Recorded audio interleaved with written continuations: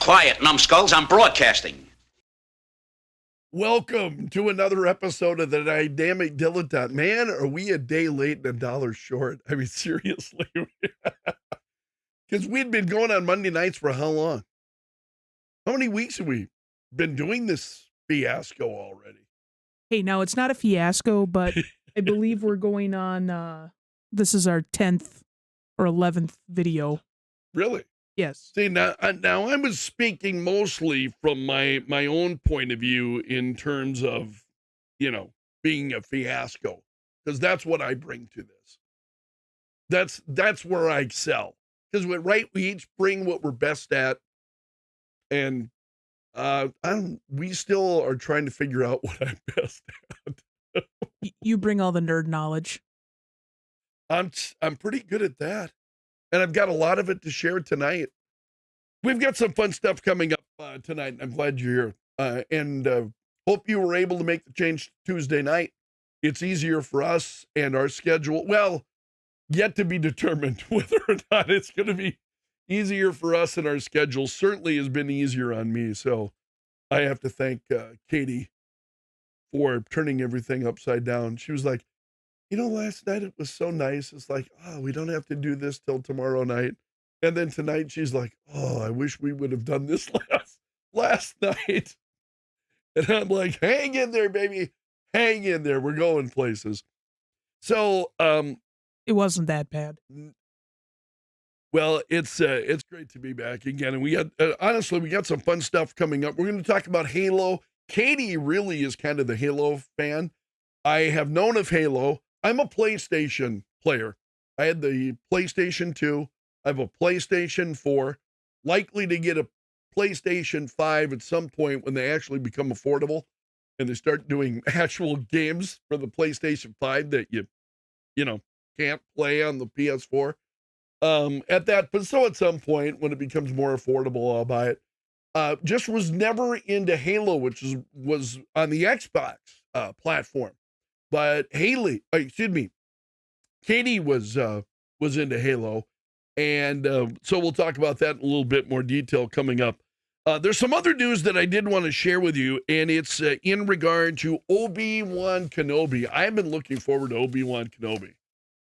I think that's going to be great, just based on what we're seeing. And I was really excited recently because I learned that the director of this Obi-Wan Kenobi miniseries is Deborah Chow. And she is the one who directed The Mandalorian. You like The Mandalorian, don't you, Katie? Have you enjoyed that? Yeah, it was pretty good. It's a slow start, but it got going and it was pretty good. But, we'll see what the next season holds. So, we'll see what Obi-Wan holds. There have been some things recently that have been grave disappointments that I look forward to, and then I start watching them, and I'm like, I don't think I'm ever going to watch this again. I.e. Picard would be a great example. I don't think they're ever going to get me back. I'm not interested. But I am looking forward to this. Again, I thought Deborah Chow just did an incredible job with The Mandalorian. I have been a big fan of The Mandalorian, and I'm looking forward to this Obi-Wan series. And it was released recently. We've learned, Darth Vader is going to be into it. And she spoke about this recently, talking about Darth Vader. And she said where we're going to catch the Darth Vader character is after, the Revenge of the Sith, and before we see Vader in Star Wars Episode 4, A New Hope. And she's saying, we're going to see a Vader in transition, basically. Darth Vader will be a character in transition, she says. And it came out of evolution of the character for me. It wasn't just to sort of bring him back. It was really like, who means something and where are we at this point in the timeline with Vader? And she said, for me, it's very similar to Obi-Wan in the sense that he's between these two trilogies. So he isn't the New Hope Vader quite yet. So we are with the characters sort of in the middle of this period. It is still Vader, obviously, but it's a Vader that isn't quite as fully formed as we see him in A New Hope. And I'm like, well, that makes sense. You know, we've seen him in Revenge of the Sith, and we wind up seeing him in Rogue Squadron. He was great in that. And it was nice to see him included in that. But we're going to see much more of him. And I'm jazzed about that. I'm excited. I'm looking forward to it. I think it's very, very promising. At least don't disappoint me, Deborah Chow. That's all I'm saying. I've been disappointed too much in my life and too much by recent things. I shouldn't say that because I love the Batman. I love Spider-Man No Way Home. We both loved that, didn't we? Yeah, but I think a common thing right now is that it seems to just be this repeated cycle, and this will kind of be the theme for this evening. All these new shows that are coming out based on franchises that we've all grown up with, we love, everything like that. Yep. And it's getting to the point where we just get heartbroken every time they come out because they're just not true to what the actual mythology and the lore of that, franchise or whatever was. Absolutely agree. And that, you ready to talk about Halo? No. We can keep going with this. Well, because I'm ready to launch into Halo. I mean, just wanted to share this piece of news about Obi-Wan Kenobi. I'm excited about it. I'm looking forward to it.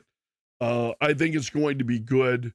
And then people are speculating, might we even see General Grievous in this new Obi-Wan series? And people are asking the question. It's not that it's getting any kind of serious consideration, but this was a piece. Where did I see this? At I think it was Comic Book Review. Yeah, CBR.com. Comic Book Review. Comic Book Review was talking about it. And I thought, well, it's an interesting question, if nothing else. And I like those kind of, well, what do you think of this? What would you think of this idea?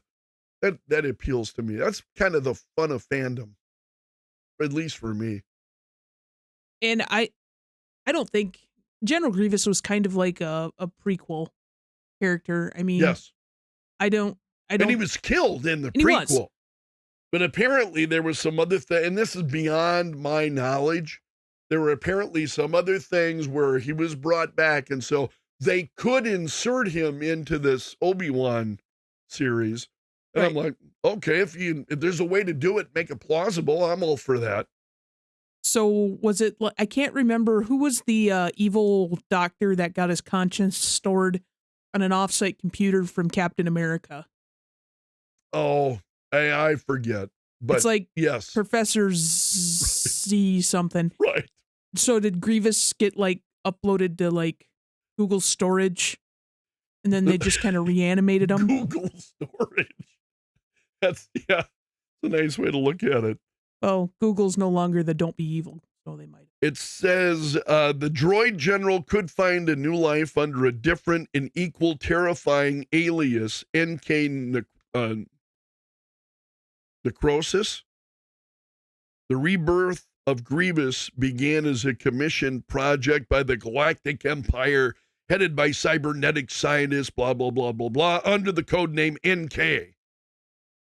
And with the help of, they turned to the Emperor, who helped, and so basically Grievous was reborn apparently under this one. If this can be believed. And I don't believe anything anymore. I tend to agree with Steven from YouTube here. He's saying the new directors and producers feel like they need to add their own twist on characters rather than just leave them true to their own or their long stories. Yeah, very true. And I think we're seeing that because, well, Star Trek. I don't know if we want to open that can of worms again, but they've just screwed that whole franchise up. You mean with Picard? Picard, Discovery, the new cartoons. I never really liked Discovery very much. I mean, and I watched it, as you know. I watched the first couple of seasons, and I went, you get to a point where you go, why am I subjecting myself to this? Well, and I it's deserve better, frankly. God darn it. but it's the same thing that's going around with like the new Rings of Power as well. That franchise, the Amazon series that's going to be releasing, I think it's like in September. Yeah. It's I think we can all agree that the Lord of the Rings movies that Peter Jackson did were now true. They are very, very different from the book. There's a lot of stuff that's left out of those movies that's in the book. Same like there is with every other adaptation of a book that was turned into a movie or a TV show. And There's just it's more pretty there. hard not to, unless you can break up a single book into like 3 movies. Absolutely. But they were true to form. But I mean, like this new Lord of the Rings, or excuse me, Rings of Power is it's called. Right. It's not true to the lore at all. They're just changing things for the sake of changing things. And I mean, I haven't heard a single person that's looking forward to seeing it. And I love, J.R.R. Tolkien. Right. And no, it's just been, I have no desire to even watch that show because it's just been changed too much for the sake of changing it. And when I hear stuff like that, and when I know fans who love it are saying, no, I'm not going to, this is terrible. This is completely trashing, what Tolkien was all about. I'm like, oh, then I don't want to rush out and see it. It's like, that's a turnoff to me.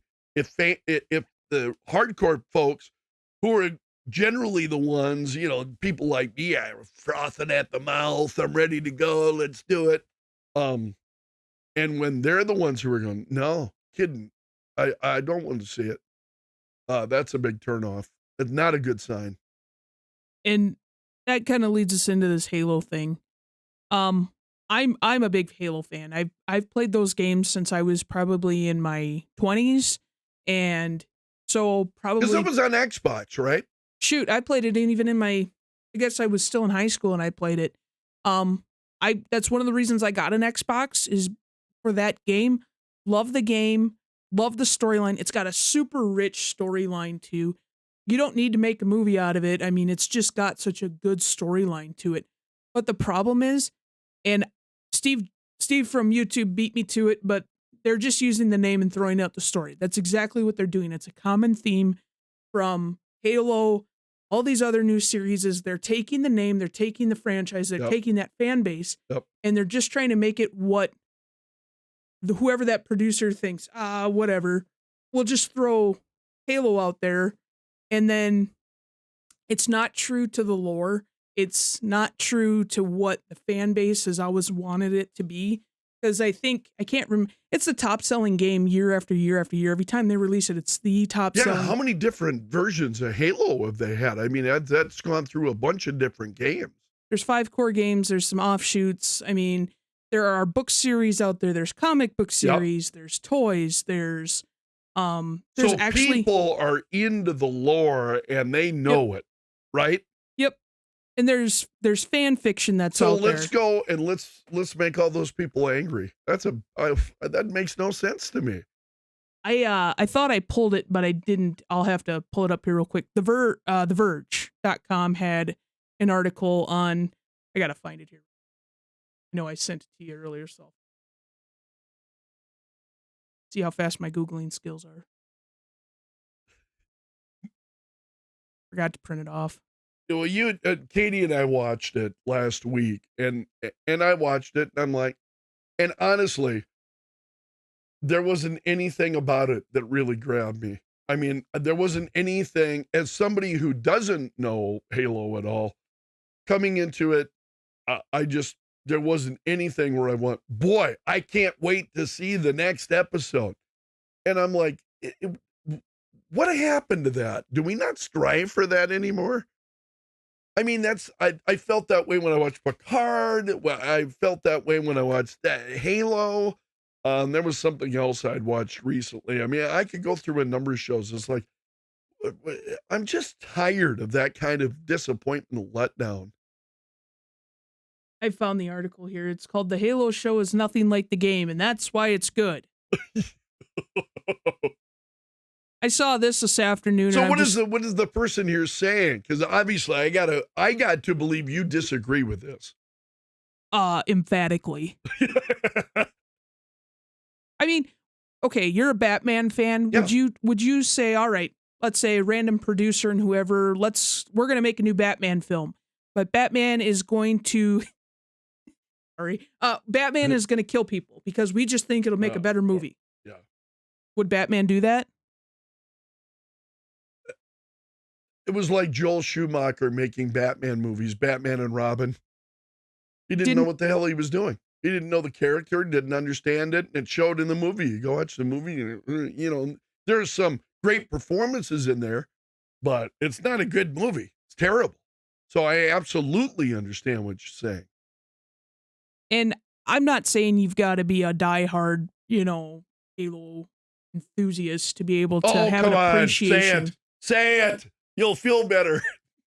No, I won't. I refuse. I'm joking. But it through this article, it's the people who they got the lady to play Cortana to do the same voicing, but they completely changed what she looked like. There was no reason to. You got a different person. They were worried about not having Master Chief's. Why do you think they changed what she looked like? I don't know. I really don't. I'm just curious. Because I want to put. You must have some theory. They want to put their own spin on it. Could be. Humanize her more. I don't know because she's an AI. Right. Additionally, Master Chief never takes his helmet. I mean, he takes his helmet off once. He takes his helmet off less than the Mandalorian. And I mean, realistically, they probably could have gotten away with getting somebody to just voice that character and have like whoever do the on-screen presence for him. Like Darth Vader in Star Wars. Exactly. Because obviously Hayden Christensen. Hayden Christensen, there you go. Is no James Earl Jones. Right. Nor was Dave Prowse, who's the guy who played Vader in the original. Right. So, and I mean, you just go through here, and the producers who produced the show never played the games. The actor who plays the main character. You could almost, if you found that out and you knew that before, you'd go, yeah, not going to watch. Because that's an indication, right? I wanted to give it a shot because, like I said, this is something a lot Halo fans have been looking forward to for years. And again, there's really good fan created media that's been put out there, like Halo Forward Unto Dawn 343, who's the outfit that created Halo, or that currently holds that franchise. They put that out. It's great. I mean, it's obviously written and it's produced by people who know the game. I mean, they created the video game. But I mean, the folks that did this show, though, they just absolutely have no clue what really is it about that game that, drew so many people to it for so long. Right. I mean, it's 20 plus years that franchise has been out, and they're still making games for it. They just released a new one a few months ago. Cast all of those people aside. Let's cast all of that, all of that lore that you have, and it's already been created by incredibly inventive and creative people. Let's throw all of that out the window and let's start over. Right. What? Makes no sense. It goes back to that same thing. It's just, I was hoping for it. I figured I'd give it a shot. I saw the trailers when we went and saw Batman. I'm like, looks like it might be good. Yep. And then watched it. I'm like, this is just a dumpster fire. Yeah, and you're being gentle here in saying that. Because like in the time frame in which it happens, they're putting characters in positions that would not be doing those things. I mean, it's just atypical for them. It happens during what would technically be like Halo Reach if you're in the timeline of the games. But it's oh gosh. Well, and what struck me is, you and I watched a number of cutscenes, and the cutscenes from the game, I will say this as somebody who's never played Halo, always had an interest in it, and I thought, well, that ought to be fun, but I never had an Xbox. Like I said, I'm more of a PS4 and PS2 player. So I never had Xbox, but I thought it looked like a fun game. And as I watched those cutscenes with you, I was really taken at how well done they were. And it was striking. that you would see the character without his helmet on, but you never saw his head and you never saw his face. So you would see him like pick up the helmet beside him. Now again, you're seeing a shot where it's cutting off his head. Yep. So you see his arms going down to get the helmet and bring it up. Within the context of the game, you never see him with that helmet off. And so what do they do in the first episode of this? Take his helmet off. Well, yeah, because he has to show the random kid that jumped on board with a mullet, hey, yeah, we're buddies. I think they're following the same formula as they did for, what was that, Bad Company? That animated series that was on Disney Plus. Okay. Where the kid has to save them all. That seems to be the formula for all those now. Yeah. Where it's like you took like Clone Wars. Clone Wars was a great series. I loved it. Watched it I don't know how many times over. Yep. But then they added that season, 7 and 8, I think it was. Yes. And the kid has to save him. Kid saves him there. And then they spun that off. Well, what's that? Forgive me. Bad Company. Bad Company. Yeah, you get into Bad Company and it's even worse. That Bad Company on Disney Plus, she's saving the day. And it's like, what? I mean, and I get that they're trying to appeal to kids, but you know what? That doesn't work because those kids don't see themselves as kids. They see themselves as those adult characters that they love. Absolutely. They are aspiring. It was the same thing, the whole creation of Robin, for me to relate this in another way. Absolutely. The whole creation of Robin was, hey, let's create a kid character. Yeah, we'll have Robin hanging out with Batman, and every kid will want to be Robin. I got news for you. Every kid hated Robin. They hated Robin because they wanted to be Batman. And one of the other reasons why they hated Robin is because Robin was there and he's doing it right now. Whereas if you're reading Batman, they could say, well, someday I'm going to grow up. I'm going to be the Batman. You know, Robin stills all the joy for kids. And they still don't get that. I just don't understand that. How many times they have to make that mistake before they start to figure it out? I saw a YouTube video this last week, and it was why I got to go back and find that because that might be something worth talking about next week. It's why, and that'll kind of lead into what we're going to talk about here next with deleted scenes and whatnot. Sure. But it's why have movie franchises when they try, studios, when they try to remake Batman, avoid Robin so much. I got to find that article because I forgot to. That intrigues me. Yeah, because Batman Forever is the only one where they had him, wasn't it? Batman Forever and Batman and Robin, obviously. Oh, yeah. He's in it. Well, there you go. He's in it. And there was talk initially about adding him to the 1989 Michael Keaton Batman, which they didn't, but they actually storyboarded the scene. And then they went in a different direction for Batman Returns. So they didn't have the character in there. And I like that. I thought establish that character and let him get a couple of films. The Dark Knight series is a great, at the very end of the 3-movie trilogy, they introduced the idea that guy's going to carry the mantle as Robin, and I thought that was beautifully done rather than we got to inject Robin in the first 20 minutes and please.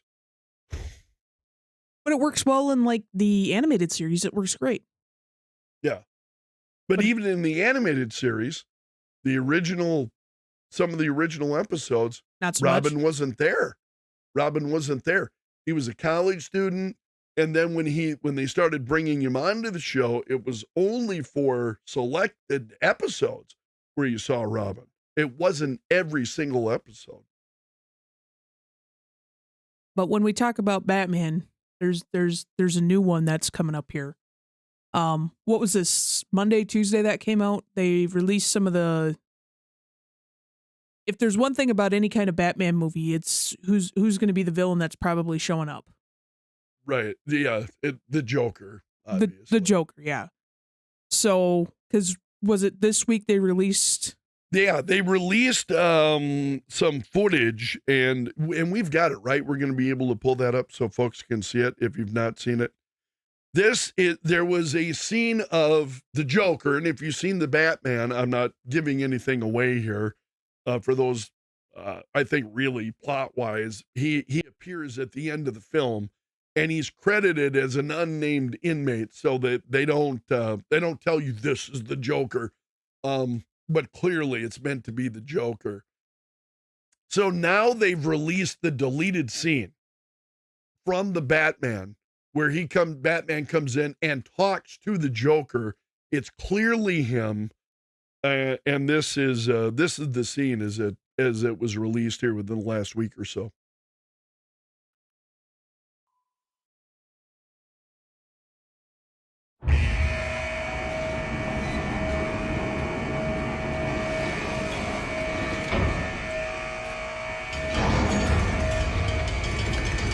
So he's coming into Arkham Asylum, and this would have been prior to the capture of the Riddler.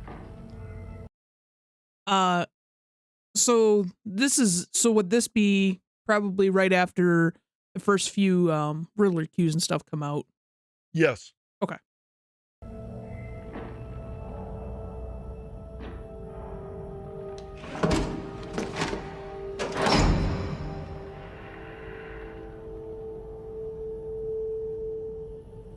And he's got some of these riddles he wants the Joker to take a look at and see if he can help him decipher what's going on.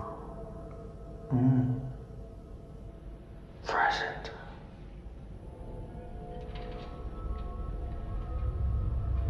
Almost our anniversary, isn't it? There's a serial killer. I want your perspective.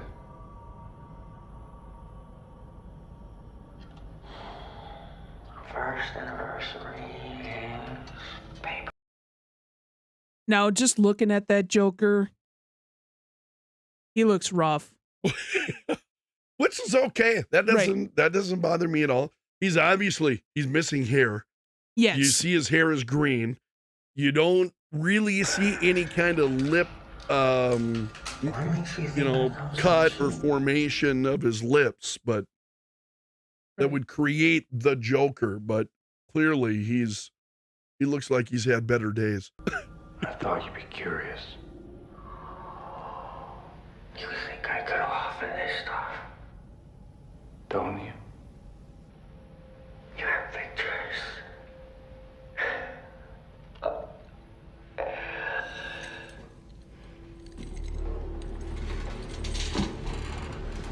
Look how much of his hair is gone. He looks like a stray dog that got some mange. Yeah. I mean, hey, listen, I when it comes to hair being gone, I'm kind of an expert, but it's not all patchy like that. His hands are all misformed, and his fingernails, you'll see this. It's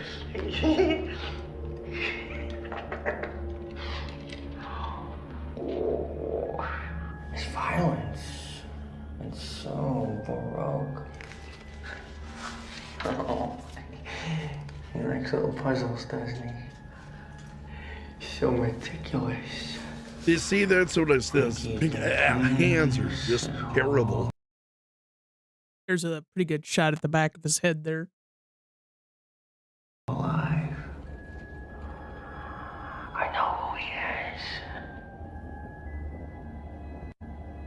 Oh. Who is he? He's a nobody. Wants to be somebody. The mayor, the commissioner. How long is this? About 5 minutes, I think. Yeah, we're about halfway through. Got ambition. You think his motive is political? Oh, no. This is very, very personal. He He feels these people have all wronged him. Probably goes way back. Unhealed wounds, stolen lunch money. Why is he writing to me? Maybe he's a fan of yours? Or maybe he's got a grudge against you, too. Maybe you're the main course. Any theories? Not yet. Really? You're normally so ahead of the curve. But something is different this time. This is very upsetting to you. Let's get back to him. Why? You're so much more fun. I'm not here to talk Yeah, about and, it. What are so you here to talk and that's the about? Joker. Okay, I get that. Here's the Joker's trying to get into the Batman's head, and that makes some degree of sense to me. But they're. I'll finish here. We'll I finish. want to know how he thinks. You know exactly how he thinks. Have you read this file? You two have so much in common. Masked Avengers. So he's even more righteous. Oh, are you afraid he makes you look soft? You're wasting my time. Yeah, wasting everyone's time, I'd say. Okay. I'll tell you what I really think. I think you don't really care about his motives, whether he loves or hates you. I think somewhere deep down, you're just terrified. 'Cause he's wrong, huh? You think they deserved it, huh? You think they deserved it. See, and it's Yeah, just at the start of that where he starts that last, series of lines. You kind of get a hint of the Heath Ledger Joker, but Yep. it's the laugh's wrong. The laugh just doesn't work. The whole character doesn't work. No. And I'm, this is one of those scenes that I say, you know what? I'm glad it landed on the cutting room floor, because the Batman was a better movie without that scene in it than what we just watched. Right. I just I can't connect with it. I mean, it's out now. I mean, everybody's been talking about it. Yes. So, spoiler alert, I guess. The last scene of the Batman movie is Riddler's in a cell in Arkham, and the Joker, it's confirmed he's the Joker. Right. Is 2 cells down, and they have a conversation, and they always shoot it where it's blurry. It's not real. The scene itself is not tight in, so it leaves you wondering. But like this scene, and again, he was unnamed prisoner, I think, or unnamed Arkham prisoner, something in the credits, rather than the Joker. So they were trying not to show their hand. So let's run out and let's spill our guts as soon as the movie's out. It makes no sense. and I'm not, the Joker is like the quintessential Batman villain, but that one just doesn't sell it for me. I mean, I don't like that Joker. I can't connect with him. What I know about on-screen Jokers, he doesn't meet it. And those are pretty big shoes to fill. I mean, because Heath Ledger is the Joker. That was such an iconic. Even Jack Nicholson does a great job as the Joker. I thought he did. I thought it was great. That Joker was great for the time in which that movie was made. I know we came across this week, but so in the end of that, since we always see a Joker in every new Batman movie, Yes. I thought one of the interesting theories I saw, I think it was called The Film Theorist. Yes, It's a channel on YouTube. was the film theorist. Yeah. His theory was that they should end up making it Hush. Because there were a lot of references to Hush in which is for those who aren't hardcore Batman fans, the Hush is a villain that Batman faces, And he was really hinted at in the Batman.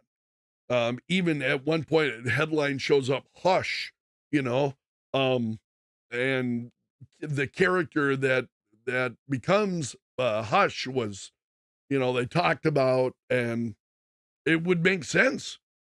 Yep. And it certainly would appeal to, first of all, it would be, okay, we're not going to revisit the Joker again. And it would appeal certainly to younger fans. Because an older guy like me might not know who Hush is, you know, but younger fans certainly do. They're aware of Hush. They know the character. They know who it is. And I think that'd be a great direction to go rather than seeing yet another incarnation of the Joker. Now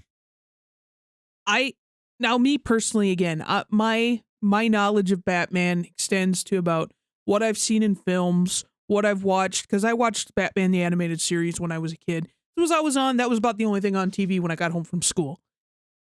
But when we had started talking about Hush and the references, it like when we were doing the initial review of the Batman movie, Yeah. I know you. What was the name of the animated one that WB did about Hush? I think it's just called Batman Hush, isn't it? Yeah.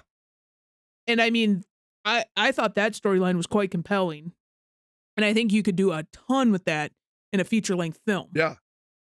And in that case, it was actually the Riddler then who winds up being Hush. And, yeah, I think there would be a lot of room to go that hasn't been plowed 100 times before. Right. A lot of material there that fans have not seen before.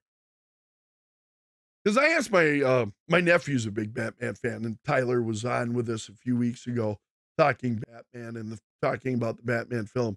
And I asked him about it, and I said, what do you think? Well, how would you feel if they explored that? He's like, oh man, he would much rather see that than seeing, you know, the Joker, Barry, what's his name? Keoghan, I think. George Keegan. Yeah, I can find it in a second. Who portrays the Joker, and it would make sense to me. We've seen the Joker before. Go down and let's plow some new ground, and let's explore some new characters that we've not seen before. Come on, Google. That's all right. Barry Keoghan. Yeah. Steve from YouTube saying is the most irritating thing with Batman for him is every time we get a new Batman movie, the director wants to start the story over rather than just continue on from where they are right now. That's what I liked about this movie, The Batman, is it's year 2. And we talked about this a few weeks ago, because there's a point he's writing his journal. He's got a hand journal that he's writing in. And when he closes the cover, you see it says year 2 on it. So, which for fans of the Batman comic book, like me, there was a Batman year 2 series, which and in that series, at that point, he was actually carrying a gun. Batman in his early days carried a gun for a while, and they delved into that. So I like that about the Batman, that we're not retelling an origin that we all know. We've all seen it in other movies and shows. Then there's, because the same thing happens like when you look at Dark Knight, the animated Dark Knight series that was released. That's already when he's older from the graphic novel. Yep. That's based on the Frank Miller graphic novel. I love those. They're great. But it's a whole new take. They didn't have to go back to Batman Origins to be able to tell that story. And I love that series. I thought it was great to watch. It's because at that point, Jason, who was Robin, was killed and dead, and his uniform is hanging empty in the Batcave. And then we have the girl, Carrie Kelly, who becomes Robin, and he really takes her under his wing. And yeah, it's a great series. I love it. By the way, I have original first printing copies of the whole Dark Knight series all 4 issues in beautiful condition, first print, and sealed tight. I don't read those. Got other ones that I read, but not those. So, I think, what do you got for a rundown tonight? What's the top headlines you got? All right, and I got quite a rundown. The rundown is just odds and ends and bits and pieces from all over fandom, and we will start with Hulu's Only Murders in the Building. That is a great series. If you've not seen it, it's on Hulu. Only Murders in the Building. It returns this summer. Season 2 will actually start on June 28th, and they released a trailer. Hulu did for season 2 of Only Murders in the Building. Here you go. Who doesn't want to become the talk of the town here? We've been warned not to speak out. But we here at Only Murders in the Building, we will not be going quietly. They were so good. You know what we have to do. Just be cool. Hey, who's cooler than me? Everyone. Martin Short is so good as that undermining kind of just character with just take the wind out of your sails at every opportunity.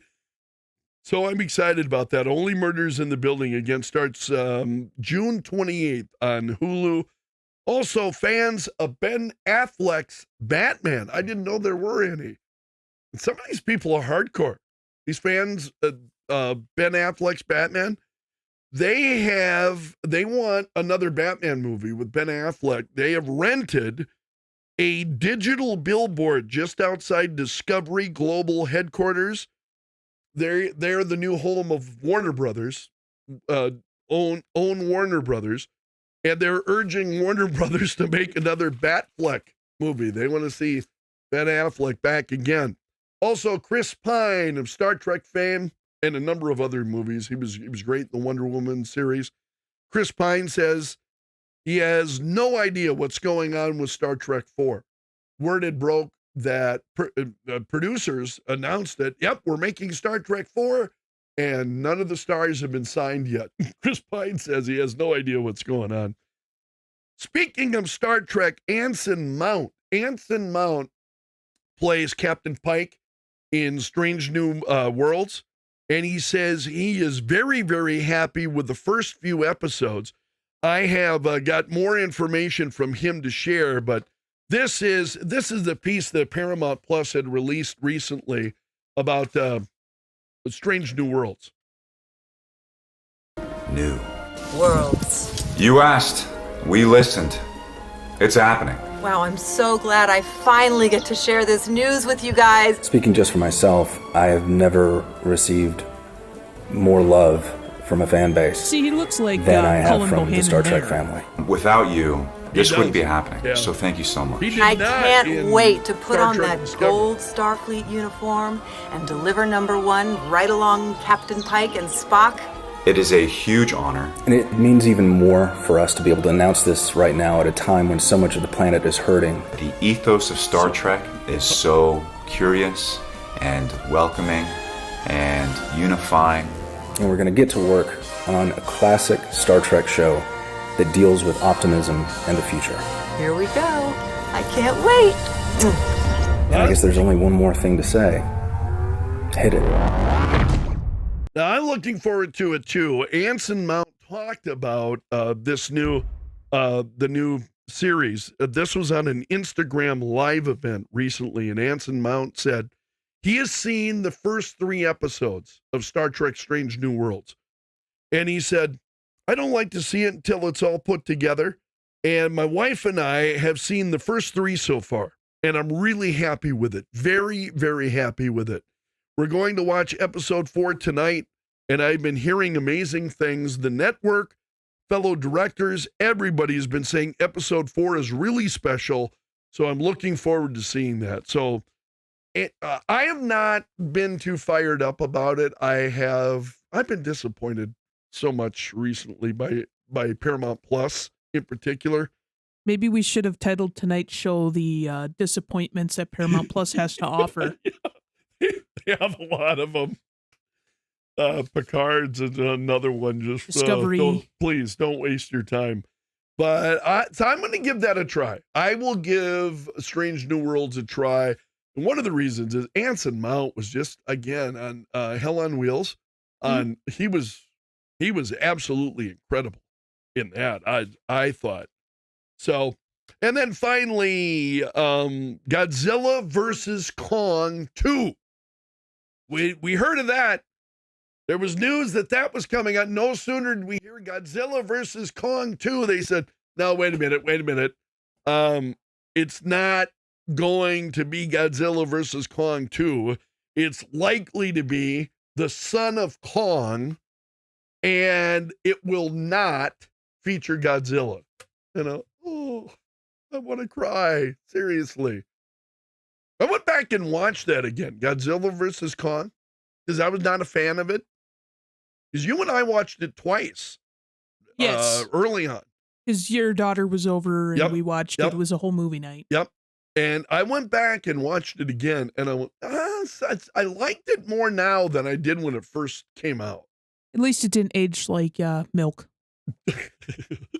Maybe I had something that didn't agree with me. I don't know, but and now I thought, no, forget it. They're gonna make Son of Kong, and I'm like, I don't know.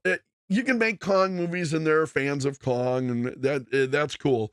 I'm a Godzilla fan, and the reason I love Godzilla versus Kong is because it's Godzilla and Kong, and it's the super monsters, and Godzilla's taking them on.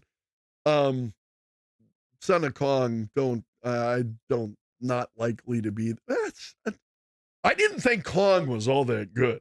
I watched Kong. You're more of a Godzilla fan. Yeah. In fact, I bought a copy of Kong, and then I watched it, and I went, yeah, maybe I shouldn't have bought that. I think there's just a richer storyline with Godzilla. There's more backstory. He's got more. There's other characters that are good to watch as well. I mean, who wouldn't enjoy, Godzilla versus Mecha Godzilla versus Mothra, which is kind of what we got in Godzilla versus Kong. You wind up with Mecha Godzilla at the end of the movie. Although I will say, I think I got where that whole formula for let the kids save you comes from. It's got to be from those old Godzilla movies. Because it's always the kid is the one that comes up with, the plan on how to save them. Yeah. That happens in several, because and again, they knew who loved Godzilla movies. They were aiming.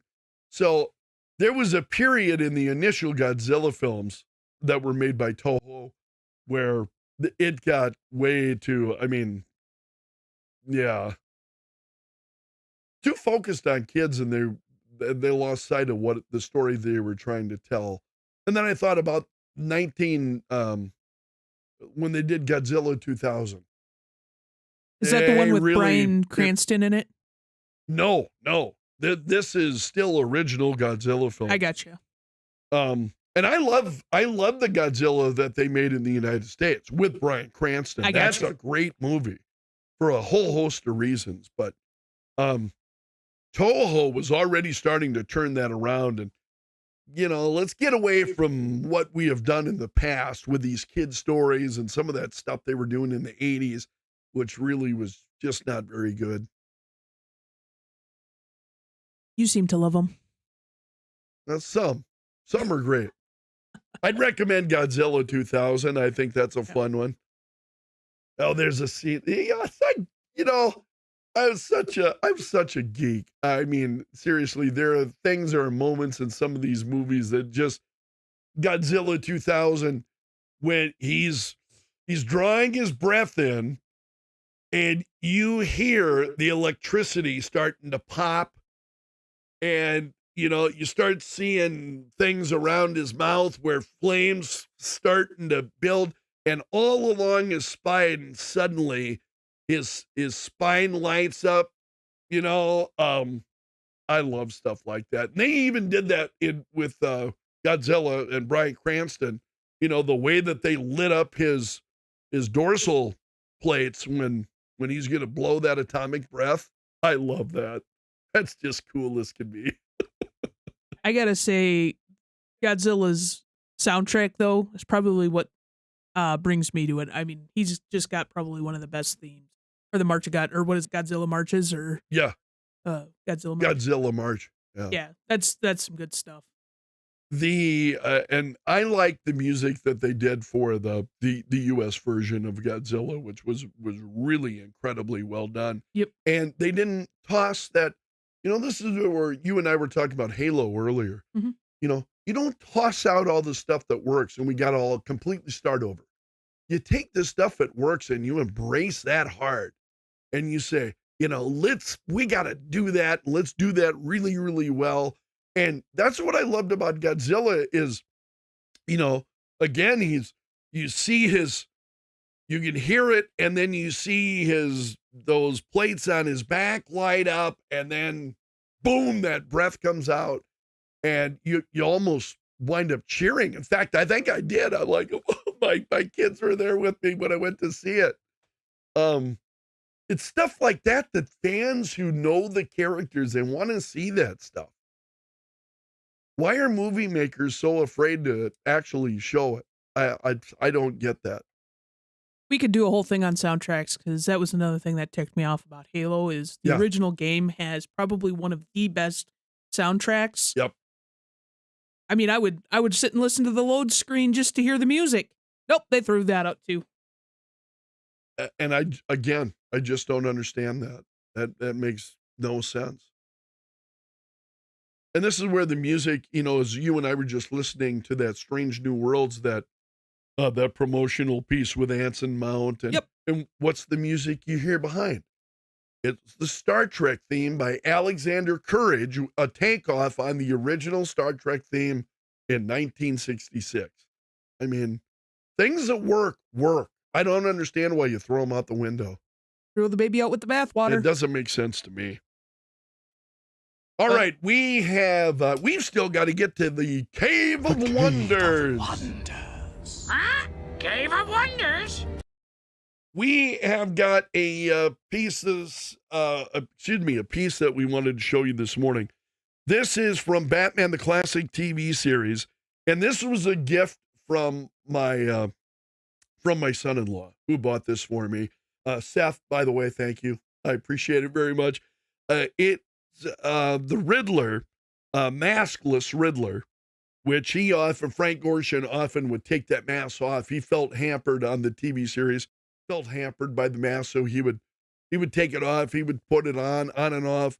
So this was Riddler with the mask off, and it's a McFarlane. These are one of the McFarlane figures, and it's a McFarlane Platinum edition of the Riddler, and I love it. And now I'm like, I think I got to buy some more of those. Some more of that series. I can't just have one. I broke down, a couple of weeks ago, and I bought those figures from the Batman. We showed those last week. Those are hanging up, right behind you? Yes. They look good, by the way, back there.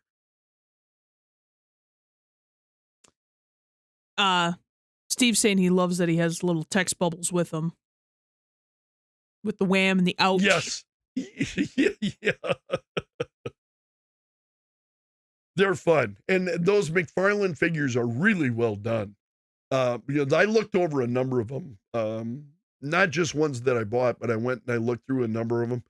They're incredibly well done. They're, for those who are into figures, I really, really like them. So I got a few of them. I don't plan on getting all of them, but no. Well, we'll see. I'll believe it when Well, it depends who the villain is in the next film. I did not get Catwoman. No. Right? No. I did not get Catwoman, and because there were several with her, one with her mask on, one with with that mask on.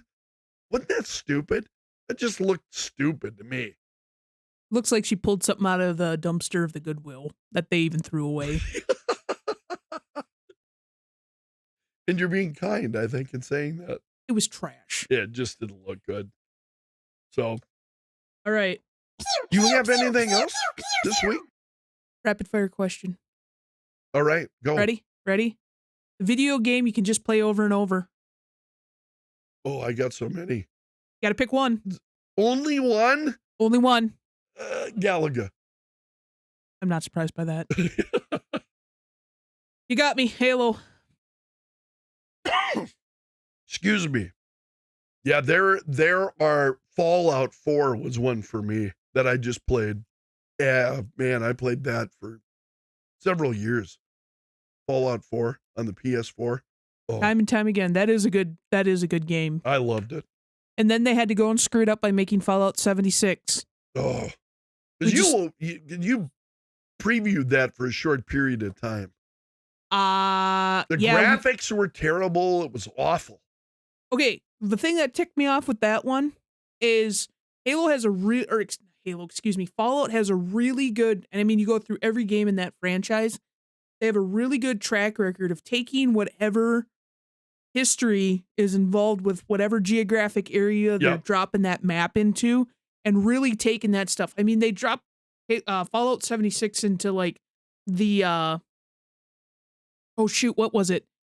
The Smoky Mountains and stuff like that, Virginia. Yes. And so, I mean, you've got tons of stuff out there, whether it's, the Brown Lights, the Mothman, all that stuff's out there, all the, hidden bunkers and whatever.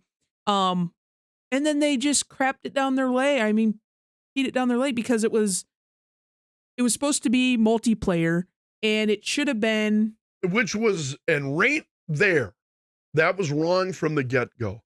Because everybody. Fallout 4 is a great single-player game. And everybody wanted a multiplayer game, allegedly. I think I think Bethesda wanted one. Yeah. I don't know that fans did, because I was absolutely content to sit down and play by myself when I played Fallout. Yeah, no, and I am so glad, because I think that was even a game we were looking at getting. I am so glad we only rented it from Redbox. Yep. And I think it took us longer to actually get the game loaded and working than I actually played the damn thing. Well, the graphics were terrible. They were. One of the things about Fallout is you had bright graphics, and now the thing about Fallout 76 was it was supposed to be, okay, growth is coming back, and it was this palish kind of it just wasn't good. And then they had to add all kinds of, well, now we're going to offer this, now we're going to offer this, now we're going to offer this. And they had to offer all this stuff to get people to play the game. And I just thought, no, thanks. No. And the humor that's written into like Fallout 4, Fallout 3, Fallout Vegas, Fallout all the way back. Yeah, Fallout New Vegas, another great game. That wasn't Bethesda that did Fallout New Vegas, but it was one of the other. Yeah, it was the same one that did New Worlds. Outer Worlds. Outer Worlds. Yeah. It's shoot, what is the name of it? You know how I am with names. No, I know. Because the humor in that is just great. I mean, the script, the storyline and what people say, it's just great. But that same humor carries over into Outer Worlds. And you also see that again in Fallout Vegas. And I'm not sure, because it was just Bethesda that did Fallout 4, if I remember. Yes. And then didn't Bethesda just get bought out by Microsoft here in the last year or so? They may have. I believe they did. So it'll be interesting to see what happens, because they only. It was Obsidian. Obsidian, that's it. Who did Fallout New Vegas? Yeah. Yeah. Oh. Yeah, Obsidian has really they had kind of picked up the mantle where Bethesda started faltering with Fallout, but. Because if I remember right, watching the history of Fallout, because of course I've got a YouTube everything, Obsidian did the original. Yes. Turn-based, or it wasn't turn-based. I don't remember what the exact form of that game is. Again, I'm not a big video game. I play video games, but Yeah, but that the Obsidian carried that through, and Yes. you can definitely tell the ones where Obsidian was involved and wasn't. Yeah.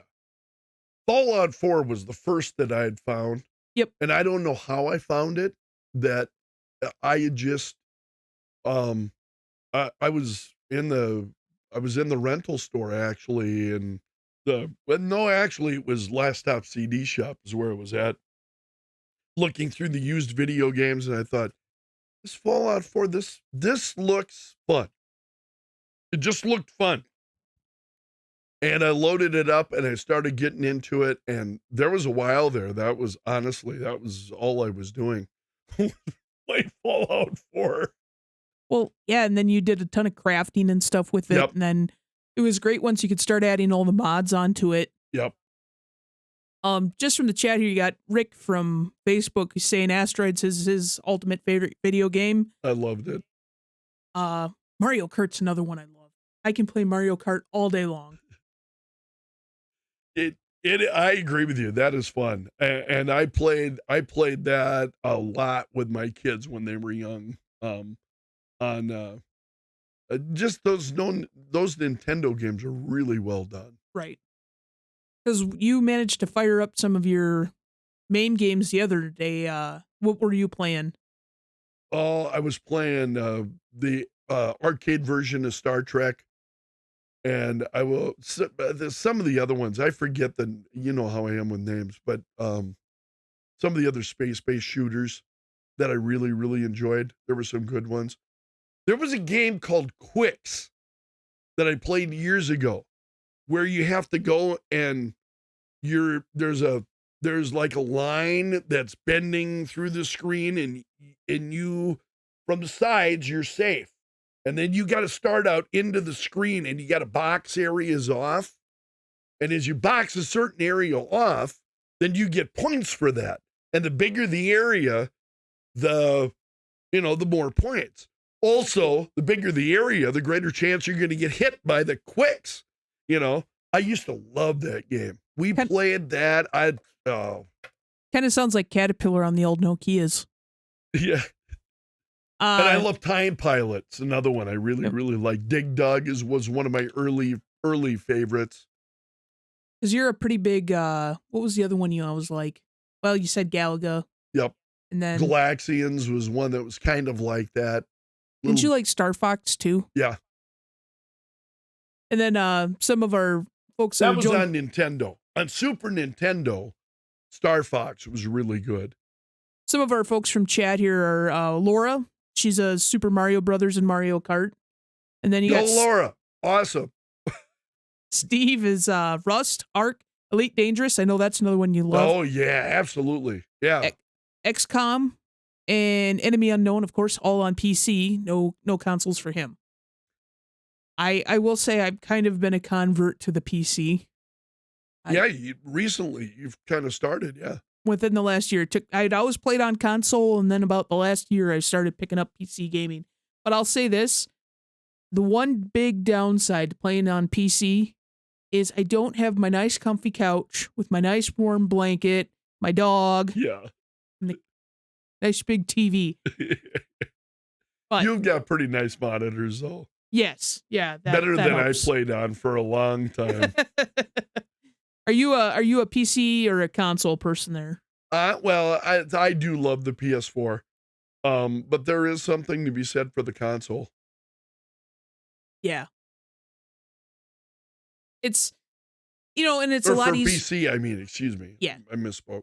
But like, if you're gonna have people and stuff over, I mean, having a console, it's just you can play that around. But shoot, there's a buddy of mine who has you can buy those, they're tabletops, and they're like 75 games in one. Mm-hmm. And they're the cocktail, they call them cocktail tables. Yep. So you have one person who's sitting on, two people, one on each side, who sit down, and then the screen, for when it's my turn, the screen flips so I can see, and he's got like 75 games on it. And he keeps score he's got a list of each game and who's got the high score on each game. And it's a matter of pride for people who go over there and take that out. And it's great fun. You know, you get a bunch of people around and you're watching and cheering on and just having fun. And I enjoy that. That's a great time. Well, and that was one of the reasons I kind of got into the retro pies, so that we could make like a retro game thing for our living room. So, which we haven't used for a while. No, we've been playing it on the PC. Just PC seems to emulate it a little bit better. They're releasing new Raspberry Pis. I did enjoy being able to sit down, and you and I did a lot of Mario Kart. And yes. It was, which was a Super Mario Kart 64. Yeah, it was from N64, the version that we were playing, because I'd never played it before, and I'm like, okay, I'm out of my league. If we were to go back to Super Nintendo Mario Kart, okay, now I'm a force to be reckoned with, or at least I was back in the day. And I've also noticed playing some of those retro games, I think I used to be a lot better at like Super Mario Brothers, stuff like that, than I am now, because, man, I suck. God, I suck at that game. I used to be a lot better at everything. But yeah, fun stuff. We'll have to do another retro gaming evening. I loved that. Was fun. And that remains one of my great loves, are the old games that I've enjoyed. Whether it was in the arcade, whether it was on the console, whether it was on the PC. When I started on the PC, believe it or not, I had a Commodore 64. And I played games like Gorf on the Commodore 64. I think the last time I tried to load any Commodore 64 stuff with RetroArch, which is the software you used to. Yes. It just like derped. My computer's just like, nope, not happening. I bought a Commodore 64 emulator that actually works pretty well. Because there was a whole series then. Commodore had a series of games, winter games, and they were made by Epix at the time. Winter games, summer games, they were all based on Olympic kind of games, which were incredibly fun. I used to love those. There's just been so much great entertainment, electronic entertainment over the years. You can't forget Ski Free on Windows. Come on. I think when I was supposed to be in my typing class or keyboarding class in high school, I'd sit and be playing Ski Free, but then again, that's probably why I got a D in that class too. I still can't type worth of. Right. That's how it goes sometimes. You know. As always, we ask you if you enjoy the content we're giving you, and you came and checked out the show tonight and you liked it, and you're on Facebook or YouTube, just go ahead and hit the like button. Please do. It helps us out. And also look for us on Twitter. I have been pretty good about, I didn't post anything today, but over the past week, I had been on every day and stories. Some of the ones that we did in the rundown earlier, odds and ends that we come across. I know, Katie, you move some stuff here, but I'm trying to move stuff as often as I can. Stuff that we find interesting and stuff. Some of it, I go, we got to talk about this. This will be great. So watch for us on Twitter at Dynamic Dilettante. It's Dynam Dilettante. Twitter. You always see it post or flashing on the screen here. We didn't even get to talking about Will Smith and Chris Rock, but we're not going to go there. I think that one's already been done. Yeah, I spent a lot of time in my full-time job talking about that yesterday, even a little bit today. But you know what it shows, though? I will say this. Okay. It just shows how much there are a lot of people who believe it was real, a lot of people who believe it was fake. The slap. They don't think it was real. They think it was phony. And it shows how jaded we have become when it comes to believing what the media and what Hollywood are presenting to us. A lot of us are pretty jaded. Because nobody knows who the best in show was. Nobody knows who got best FX but everybody knows who Yeah. Chris Rock got slapped by. Yeah. Did you say? And I saw a deal today that he now his sales for his shows have gone through the roof Yeah. for Chris Rock. So He's he's laughing all the way to the bank. because if I remember right, he's like coming up in Prior Lake, Minnesota here. Is he? Yeah, in a month or so, I believe. Okay. Anyway. And if you say you can't catch the show, we put the show audio up on Spotify. Same thing, Dynamic Dilettante there.